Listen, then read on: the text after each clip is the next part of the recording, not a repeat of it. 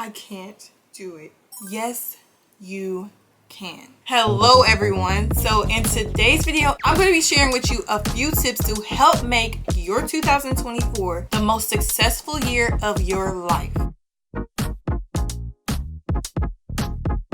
My name is Mariah. I'm a fellow small business owner, and on this channel, I like to share with you business tips, give you guys business advice, and new grant opportunities. If that's interesting to you, make sure you subscribe to my channel to stay up to date with all of my new content. This is going to be a discussion video today, and we're going to go over a few tips that I personally use for the past couple years and help me make these last few years the best, most profitable, successful years of my life. And I swear by these tips, you guys, especially if you're a business owner, pick your head up because this is going to be your year. Number one, write down your most important goals and put it in an as-is box. I talked about an as-is box in one of my first few videos, so if I can find it, I'll put it at the top of the screen. But get you a box, say your goal box, okay? Write down your most important goals, fold it up, put it in the box. Now, the next thing is you're going to rewrite the goals, but you're going to make sure that you're saying it 3 times a day, every single day, until you achieve that goal. I don't know the research behind doing this, but this has worked for me, and it has worked for other people I've known. This has something to do with your mind. Now remember, your mind is going to be the most important tool, especially when running a business, so use it, okay? Now let's say you want to buy a new business vehicle. Every single day until you achieve it, you're going to wake up in the morning or whenever you can remember, I'm going to buy a new business vehicle. I'm going to buy a new business vehicle. I'm going to buy a new business vehicle. Now, by doing this, you're believing that it's going to happen. So somewhere in your mind, you're going to find a way to get this business vehicle. You're basically just kind of manifesting what you want to achieve. Next, you want to stop saying I can't and you want to start saying how can I? A lot of people are quick to say, oh, I can't run 5 miles or I can't eat healthy for a month. So you're automatically telling your mind that you're not going to be able to do it. So your mind just shuts down and it's not even going to find a way to figure out how to solve whatever thing you're trying to do. By replacing I can't with how can I, that's going to make your brain think of ways to figure out how to solve what you're trying to do or how to achieve what you want to do. This is some real stuff that I kind of live by.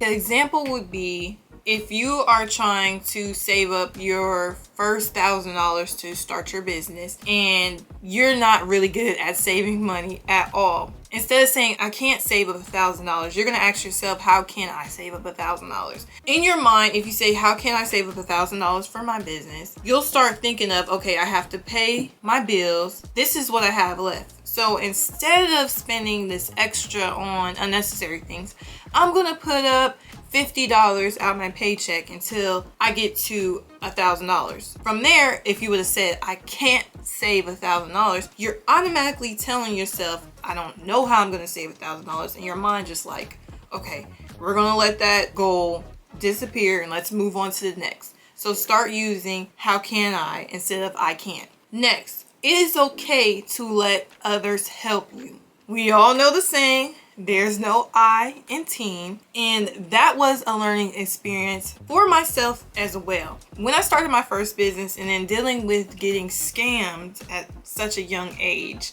it really made it hard for me to trust people to work with me because I always had that fear of, okay, who's really in it to help me and who's really trying to scam me? So it was really hard for me to come to terms with letting someone in to help me with my business. But for the first few years of working alone, it was very stressful and I became very burnt out and it was a lot on me. And then I brought someone in to be a part of my team years later. And when I tell you the progress that I have had within my business since adding this person and then adding more people has been tremendous. I feel like if I would have never allowed these people to be in my circle within my business, I would not have gotten as far as I am now. If you want to get things going and get things growing fast, you need to have other people on your team that you can trust. That will help you spend more time on the most important things, and it will also free up time for you to spend with your family and friends, because remember, spending time with family and friends is really important because you don't want to miss the most important years or your youth focusing all on your business. I feel like you have to have a fine balance between personal life and business life, and adding people within your business circle or to your team definitely helps you separate the two. And I have become way less stressed and way less burnt out by having the people I do have on my team, and I appreciate all of them. Next, believe in yourself wholeheartedly. So that means just don't say you can do something. You have to truly believe that you can do something, okay? You can't just say like, oh, I'm gonna become a CEO. You're saying it out loud, right? But the next minute you turn around, you think, I know I cannot become a CEO. You're already doubting your goals. You want to become this super successful CEO, but you don't even believe that you can achieve that much success. It's called self-doubt. We are sometimes our biggest enemies and critics, okay? And I mean like me versus me. I have been doing what I have been doing for years now. And the one thing I noticed is when I actually believe in myself and I'm like, okay, I'm gonna do this. I know I can do it. I'm not doubting it. It makes me more eager to figure out ways to achieve my goals. It makes me so excited. I get happy. The ideas start to overflow and I just start thinking and thinking and thinking. And the days, weeks, months later, I achieve it and I'm like, yes, I did it. So please say you can do it, but also wholeheartedly believe that you can do it. And I promise you, you'll do it. So don't be like, it didn't work for me, because probably you have a little self-doubt. Not everything is going to happen overnight. Most things don't fall out the sky. You do have to put a little work behind your faith or your belief in yourself. And the last tip I want to leave you with is you have to enjoy what you do. I know most people want to find ways to make money, relax at home, but if you pick a niche or a business that you're just in it for the money, you are going to become burnt out pretty quickly. Let's say you want to start a business. You really need to think about, what do you like to do? What's your hobbies, right? And one of the keys to a successful business, in which I had mentioned in another video, is market research. Figure out whatever hobbies you like to do. So for example, I really love researching businesses, helping businesses out, growing businesses, and etc. So when I started my social medias, I started sharing business related knowledge, grant opportunities, and all that. And it actually blew up, and that helped me open my new business, Grandiose Grant Services. That was something I love to talk about. So I did my own little market research without even knowing that I was doing market research, and it helped me get to the point that I am at now, and I am truly grateful. So sometimes you need to get out your comfort zone. Let's say you don't really like to take pictures or videos, and I struggled with that in the beginning.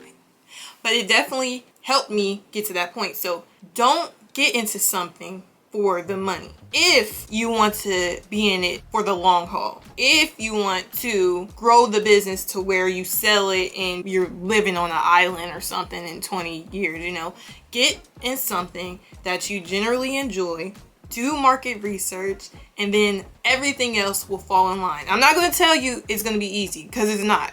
Starting a business, running a business is definitely not easy, but the main thing that you want to feel most of the time with being in your business or job or whatever is you want to feel happy. You want to feel satisfied. You want to feel like you're actually doing something that you love. So those are going to be a few tips that I have implemented into my life that has absolutely changed my life. I'm going to make sure I achieve more, and I hope you do the same. If you enjoyed today's video, make sure you give me a like. If you have any questions or concerns, make sure you comment them down below. And for more, make sure you subscribe.